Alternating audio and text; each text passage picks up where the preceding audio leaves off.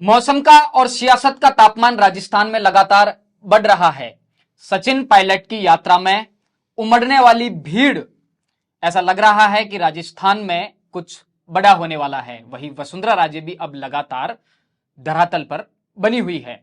नमस्कार, थिंक 360 पर आपका स्वागत है। मैं हूं लोकेंद्र किलानौत और राजस्थान के मुद्दों पर चर्चा करने के लिए आज हमारे साथ जुड़ेंगे वरिष्ठ पत्रकार और राजनीतिक विश्लेषक प्रदीप बिदावत। सर, सचिन पायलट की जो जन संघर्ष यात्रा है, बहुत बड़ा संकेत और उसके पीछे उमड़ने वाली जो भीड़, ऐसी भीड़ यात्रा में राहुल गांधी की भारत जोड़ो यात्रा के दौरान देखी गई थी। कितने बड़े मायने इस पूरी यात्रा के निकल रहे हैं? भारत जोड़ो यात्रा से इसको कोरिलेट करना थोड़ा मैं अलग मानूंगा। भारत जोड़ो यात्रा एक इवेंट था, बेसिकली उसमें एक इवेंट मैनेजमेंट था, सरकार की पूरी शक्ति थी, टिकट चाहने वाले और टिकट मिल के जीतने या हारने वाले लोगों की भीड़ थी और अपने नेता को देखने की एक चाह थी। वो एक इवेंट था, एक सॉफ्ट इवेंट था। लेकिन सचिन पायलट की जो ये यात्रा है, ये मौजूदा राजनीतिक तस्वीर को बदलने की यात्रा है एक प्रदेश की। राहुल गांधी ने उसमें साफ कहा था कि ये कांग्रेस की यात्रा नहीं है। जब उनसे कांग्रेस पे सवाल पूछे गए, यात्रा में कांग्रेस के झंडे भी नहीं, ठीक है, और जब उनसे ये पूछा गया सचिन पायलट अशोक गहलोत के कॉन्फ्लिक्ट के बारे में, तब उन्होंने कहा कांग्रेस की यात्रा नहीं। एक्चुअल में वो क्लियर नहीं थी कि वो क्या चाहते हैं। इस यात्रा के माध्यम से उन्होंने कहा भारत से जुड़ना है, भारत को देखना है। 20 साल की एक्टिव पॉलिटिक्स के बाद में उन्होंने कोशिश की। और सचिन पायलट की जो यात्रा है उसका मोटिव क्लियर है। अशोक गहलोत और सचिन पायलट के बीच की जो रार है वो सड़क पर है, और सड़क पर साधारणतया नहीं है, 45 डिग्री तापमान में है, पैदल है, और नीचे से सड़क तप रही है, ऊपर से सूरज तप रहा है। 25 किलोमीटर चले, 25 किलोमीटर एक दिन में चल रहे हैं। तो और अकेले नहीं, बड़ी भीड़ चल रही है। यह अपने आप में जो तपिश है, कहते हैं ना, जो लाक्षागृह में जलते हैं वही सूरमा निकलते हैं। सचिन पायलट की तारीफ करनी बनती है। और इस देश का इतिहास रहा है, जिन्होंने यात्राएं की है उन्होंने इतिहास बदला है। राजस्थान का इतिहास और राजनीति दोनों बदलेगी। यह बदलाव केवल विधानसभा चुनाव तक सीमित नहीं रहेगा। यह बदलाव सिर्फ विधानसभा चुनाव तक सीमित नहीं रहेगा। आप लोकसभा में भी इस यात्रा के कारण बड़े बदलाव देखने को। यात्रा तो राहुल गांधी ने की, उसके तुरंत बाद उनकी संसद सदस्यता चली जाती है। आप इतिहास लिखने की बात कर रहे हैं। राहुल गांधी की यात्रा और ये यात्रा बिल्कुल डिफरेंट है। आप ये देखिए, राहुल गांधी की यात्रा बहुत जोश से चली, कई इंटेलेक्चुअल्स से उसमें बात हुई, लेकिन उसका समापन कैसे होता है? बर्फ के गोलों से एक दूसरे पे मारने से, अटखेलियों से। तो उसका जो उसकी गंभीरता थी वो खत्म हो गई यात्रा की। लोग कहने लगे कि भारतीय समाज में जो चीजें नहीं होती वो मंच पे दिखा दी राहुल गांधी ने। तो उनकी टीम या उनका क्या कहते हैं, उनका एक सहज भाव जो है, जैसे एक कार्यकर्ता को सेल्फी लेने पे उन्होंने किस तरह से, तो ये सारी चीजें, और राहुल गांधी की यात्रा की मार्केटिंग बीजेपी ने अलग तरीके से कर दी, लोगों ने अलग तरीके से देखा। परंतु ये जो है, ये किसी पार्टी का इवेंट नहीं है, ये इंडिविजुअल भी नहीं रखा सचिन पायलट ने, इसको आम जन से जोड़ दिया। हर घर में रोजगार का समस्या है, हर घर में पेपर लीक का मुद्दा मौजू है। ऐसे में इनसे सारों से जोड़ के सचिन पायलट ने एक बड़ा मैसेज देने की कोशिश की है। मैं पहले भी कह चुका हूं कि अगर इसका एग्जीक्यूशन जैसा सचिन पायलट चाहते हैं और जैसी उनकी डिजाइनिंग है उसके अनुसार हुआ, तो कांग्रेस तीसरे नंबर पे होगी राजस्थान में, साफ तौर पर। सचिन पायलट की यात्रा से याद आया कि ममता बनर्जी का आप इतिहास देखिए कि लगातार जो स्थिति सचिन पायलट की थी, अब है वर्तमान में कांग्रेस में, वही हालत बंगाल में ममता बनर्जी की थी। वो उस टाइम पे यूथ फेस थी। प्रणब मुखर्जी की आड़ में उनको लगातार इग्नोर किया जाता रहा, सीनियर नेताओं की आड़ में उनको लगातार इग्नोर किया जाता रहा, और अंततः ममता बनर्जी को वो रास्ता तैयार करना पड़ा जो अब सचिन पायलट कर रहे हैं। और उसके बाद में जो कांग्रेस की हालत बंगाल में बनी, क्या लग रहा है सचिन पायलट ममता बनर्जी के रास्ते पर हैं? न केवल ममता बनर्जी के, सिद्धार्थ शंकर रे और प्रणब मुखर्जी को आगे लाने के लिए ममता को बैकफुट पे धकेला गया। ममता बनर्जी जिन्होंने सीपीआईएम जो कम्युनिस्ट थे उनका गढ़ ढहा दिया, ज्योति बसु का कार्यकाल, बुद्धदेव भट्टाचार्य का कार्यकाल उन्होंने समेट कर रख दिया। अब मार्क्सवादी वहां इंतजार कर रहे हैं कि किस तरह से प्रतिपक्ष का दर्जा भी पा सकें। न केवल ममता बनर्जी, बल्कि आप शरद पवार देखिए, कांग्रेस में थे, युवा थे, सबसे युवा मुख्यमंत्री बनने वाले थे, लगातार हाशिए पे धकेले गए। उन्होंने 91 में जब राजीव गांधी का असैसिनेशन होता है तब प्रधानमंत्री के पद की चाह की थी, रक्षा मंत्री बना के रख दिया। फिर 96 में जब एक कॉन्फ्लिक्ट था कि किसको प्रधानमंत्री बनाया जाए, कांग्रेस ने गुजराल को आगे किया, शरद पवार फिर पीछे धकेल दिए गए। जब ये पूछा गया कि जो 98 के चुनाव होने वाले हैं उसमें क्या सोनिया गांधी की सदारत में अगर चुनाव होता है तो क्या सोनिया गांधी के विदेशी मूल होने का मुद्दा चुनाव में मुद्दा बनेगा, शरद पवार ने कहा हां बनेगा और विपक्ष इसे पुरजोर तरीके से उठाएगा। शरद पवार, तारिक अनवर, पीए संगमा किनारे किए गए और एनसीपी का गठन हो गया। महाराष्ट्र से कांग्रेस आज की तारीख में साफ है। जगन रेड्डी, आंध्र प्रदेश का आप उदाहरण देखिए, कांग्रेस साफ है।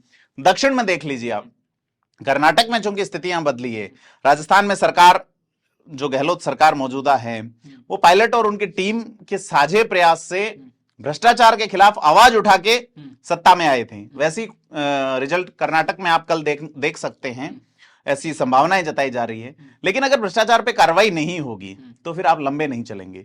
तो ये आपका कहना बिल्कुल सही है कि ममता बनर्जी की जो उन्होंने फिर इंडिविजुअल चलना तय किया, तृणमूल कांग्रेस बनाई, जैसे सचिन पायलट ने किया है। जैसे सचिन पायलट ने भी पार्टी नहीं छोड़ी है। पार्टी ये विचार भी कर रही है क्या सचिन पायलट को निकाल दिया जाए। सचिन पायलट खुद अगर पार्टी से निकाले जाते हैं तो निश्चित तौर पे कांग्रेस जो है एक, और उन्होंने कांग्रेस को एक ऐसी स्थिति में ला दिया है कि जो सुखजिंदर सिंह रंधावा है, आज मीडिया जब उनसे पूछ रही है तो उगलते और निगलते दोनों नहीं बनने वाली स्थिति है। उनका कहना है कि मैं अपने विचार खड़गे जी को रखूंगा, जबकि वो पहले हमेशा कहते रहे मैं अलग तरह का सरदार हूं, ये वो। लेकिन मुझे लगता है कि रंधावा जो है वो अब संगठन के तौर पे फेल रहा है।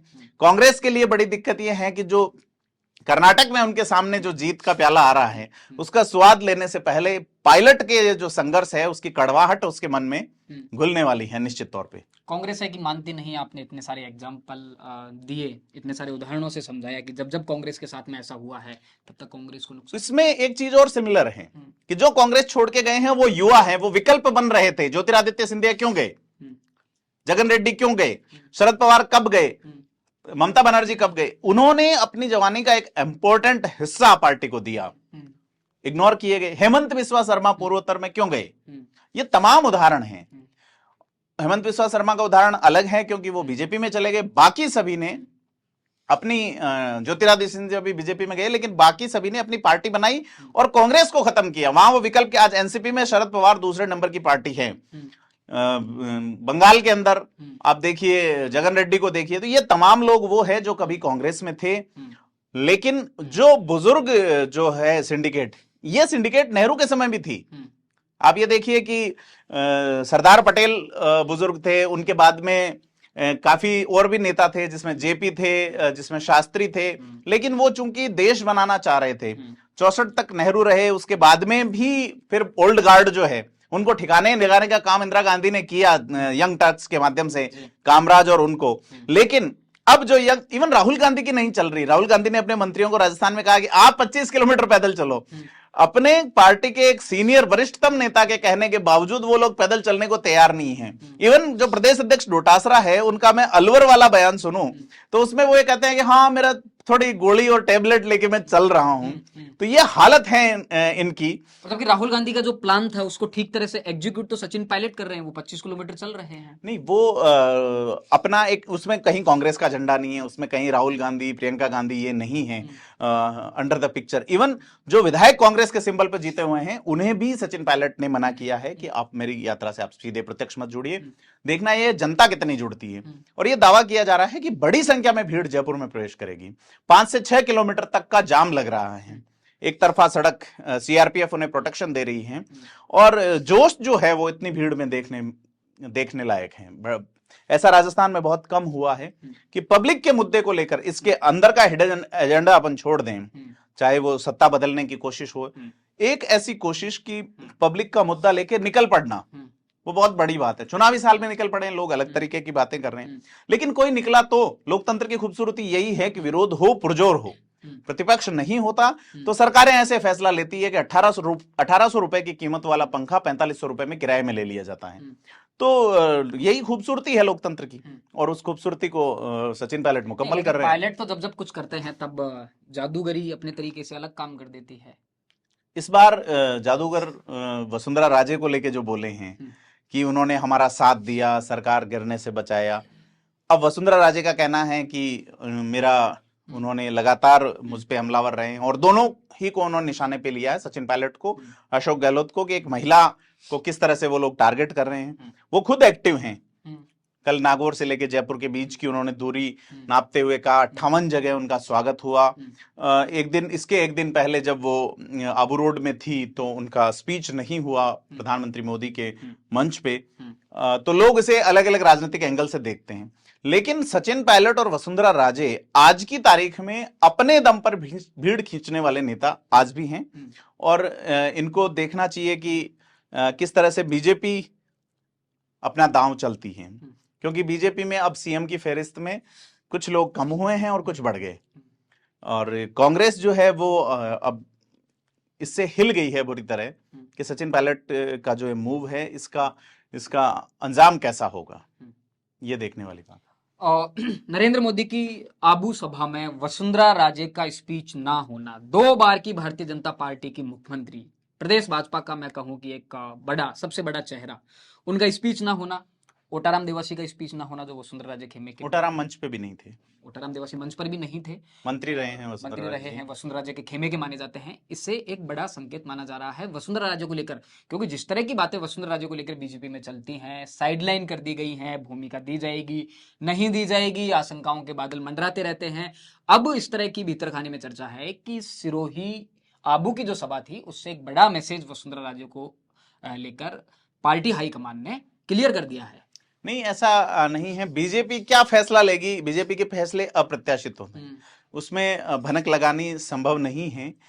नरेंद्र मोदी ने वसुंधरा राजे के साथ मंच जरूर साझा किया है। एक माला का जो बड़ी माला का जो कार्यक्रम था उसमें वसुंधरा राजे साझा चित्र भी सामने आया है। तो ऐसा नहीं है कि उनको इग्नोर किया गया। बड़ी संख्या में भीड़ थी जिसमें वसुंधरा राजे गुट के भी लोग आए और दूसरे जो बीजेपी के हैं वो लोग भी आए थे। बीजेपी अब सोच संभल कर कदम रखेगी, क्योंकि बीजेपी में आज के टाइम में वसुंधरा राजे के अलावा ऐसा कोई नेता नहीं है सीधे तौर पे कि वो संगठन के इतर अपनी एक इंडिविजुअल कैपेसिटी रखता हो जो कि भीड़ खींच सके। किरोड़ी मीना की स्थिति भी बीजेपी में वो है जो कांग्रेस में सचिन पायलट की है, क्योंकि किरोड़ी मीना भी पब्लिक के मुद्दे उठाते हैं। वो पेपर लीक का मामला उठाते हैं, वो भ्रष्टाचार के मुद्दे उठाते हैं, वो शहीदों की वीरांगनाओं वाला मुद्दा उठाते हैं और अकेले अलग थलग पड़ जाते हैं। ऐसे में ये देखने वाली बात है कि जो पावर पुलर, जो क्राउड पुलर लीडर्स हैं उनको बीजेपी साथ रखती है या नहीं। अन्यथा जो हिंदुस्तान का इतिहास रहा है, सत्ताएं कई बार बदली हैं राज्यों में भी। आप आम आदमी पार्टी का उदाहरण देखिए, किसने सोचा था कि वो पंजाब में सरकार बना लेंगे। लोग ये कहते हैं भ्रष्टाचार पे वोट नहीं पड़ते, वही लोग जो दिल्ली में बैठ के कह रहे हैं और दिल्ली में वो 0-0 पे सिमट गए थे, वो लोग कह रहे हैं भ्रष्टाचार पे वोट नहीं पड़ते, वोट कार्यकर्ता दिलाते हैं, सेटअप दिलाता है, पार्टी दिलाती है। जबकि उन्हें आम आदमी पार्टी से सीखना चाहिए। दिल्ली में ही बदलाव हुआ, तो यहां भी ये हो सकता है। पिछला जो विधानसभा चुनाव देखो उसमें आधे से 1% का वोट डिफरेंस है, बिल्कुल बहुत ही कम। सचिन पायलट की इस यात्रा को आप अलग तरीके से इस तरह से देखिए कि इसमें कास्ट इक्वेशन बहुत जबरदस्त है। सचिन पायलट ने ऐसा कुछ भी शो नहीं किया है कि वो गुर्जर समाज के लीडर हैं, वो युवा के प्रतीक के रूप में उभरने की कोशिश कर रहे हैं। उन्हें एक पावर पुलर, एक crowd puller leader Hanuman Beniwal कह चुके हैं कि हम सपोर्ट करेंगे। किरोड़ी मीणा, इवन गजेंद्र सिंह शेखावत ने तो आज अशोक गहलोत का भी आभार जताया है। जोधपुर में उन्होंने लिखा है कि मैंने 9 मई को आपको जो पत्र लिखा था उसको लेके आपने नामकरण किया। तो राजनीति में कब क्या कुछ हो जाए, यह राजस्थान का एक टूरिज्म डिपार्टमेंट का स्लोगन था कि जाने क्या दिख जाए, तो ये दिख रहा है बहुत कुछ। पत्र से मुझे याद आया कि पत्र तो सचिन पायलट भी अशोक गहलोत को लिख रहे हैं और पायलट आरोप लगा रहे हैं कि मेरे खत का जवाब नहीं दिया जा रहा है। क्या गजेंद्र सिंह शेखावत के खत का जवाब दिया होगा? लेकिन इतना जल्दी 9 मई को उन्होंने लेटर, शक्ति फिल्म का गाना है, हमने सनम को खत लिखा, खत में लिखा, वो आप देखेंगे उस गाने को, तो वो राजस्थान की राजनीति में खत भरत सिंह कुंदनपुर लिख रहे हैं भ्रष्टाचार को लेकर, और वो तो खतों के मास्टर हो गए हैं। भरत सिंह जो कि सांगोद से विधायक हैं, पिछली बार पंचायत राज मंत्री थे। तो ये खत लिखने का तरीका तो उस पिक्चर जैसा ही है कि आप खत लिख लें और फिर आपके पास या तो पता नहीं है या पते पे पहुंच नहीं रहा है। ये आप कमाल की बात देखिए, कहीं ना कहीं सचिन पायलट के खत का जवाब नहीं दिया जाता है, भरत सिंह कुंदनपुर के खतों का जवाब नहीं दिया जाता है। हमलावर तो वो गजेंद्र सिंह शेखावत पे भी हैं, संजीवनी घोटाले को लेकर, और बहुत ज्यादा हमलावर हैं। गजेंद्र सिंह शेखावत 9 मई को लेटर लिखते हैं कि ये होना चाहिए और वो इतनी जल्दी हो जाता है। कमाल की सियासत है। यही तो मैं कह रहा हूँ ना, राजस्थान में टूरिज्म विभाग का स्लोगन है जाने क्या दिख जाए। तो वो टूरिज्म डिपार्टमेंट में एक बड़ा जो सेगमेंट है आरटीडीसी, वो अशोक गहलोत के खासम खास ट्रिपल डी में से एक धर्मेंद्र राठौड़ संभालते हैं।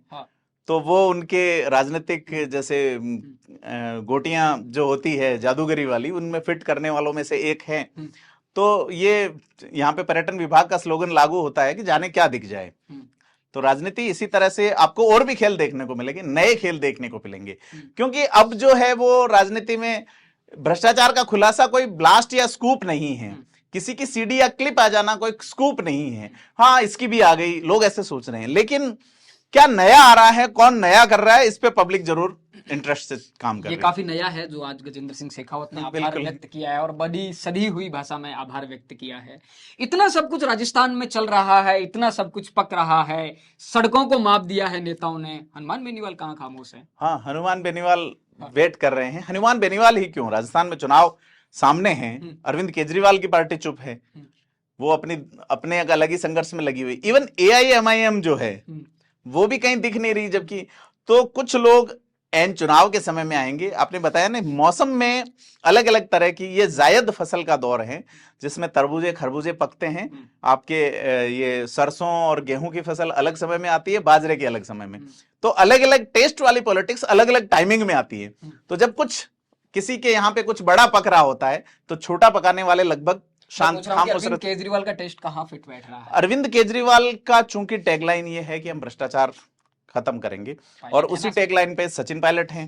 ऐसे में दोनों का क्या कॉन्फ्लिक्ट बैठेगा, या सचिन पायलट अपनी ही अलग राह पे चलेंगे, क्योंकि सचिन पायलट इतना बड़ा फेस हैं, और निश्चित तौर पे आम आदमी का जो काडर है वो फिलहाल सचिन पायलट से कम है, क्योंकि आम आदमी पार्टी वैसे तो एक राष्ट्रीय पार्टी है, लेकिन राजस्थान में उसका फिलहाल कोई एक प्रॉपर सेटअप नहीं है, कोई फेस नहीं है उनके पास में। उनके पास पंजाब में लगातार 2 बार से सांसद भगवंत मान एक फेस थे, उनके राज्यसभा में भी कुछ सांसद थे, दिल्ली में वो खुद फेस थे। लेकिन राजस्थान में आम आदमी पार्टी में अभी लोग प्रदेश अध्यक्ष को अभी तक इतना नहीं जानते, जो नवीन पालीवाल है उनको, और वो प्रेस कॉन्फ्रेंसेस तक सीमित रहे हैं। उनकी कोई बड़े इवेंट केजरीवाल के रोड शो के अलावा राजस्थान में देखने को नजर नहीं आए हैं। बात यह है कि निकलो तो तपती धूप में निकलो, है ना, अंधेरे में या सुबह 4 बजे यात्रा शुरू करके 7 बजे खत्म करने में कोई वो तुक नहीं है कि आप सर्दियों में यात्रा निकालो। राहुल गांधी की और सचिन पायलट की यात्रा का यही तो एक अंतर नजर आता है। राजस्थान के तमाम मुद्दों पर आज वरिष्ठ पत्रकार और राजनीतिक विश्लेषक प्रदीप बिदावत के साथ में हमने चर्चा की। कल जैसे ही राजस्थान की सियासत का मौसम बदलेगा, चर्चा में आपके साथ फिर जुड़ेंगे। राजस्थान से जुड़े तमाम मुद्दों को जानने और समझने के लिए जुड़े रहिए थिंक 360 के साथ। धन्यवाद।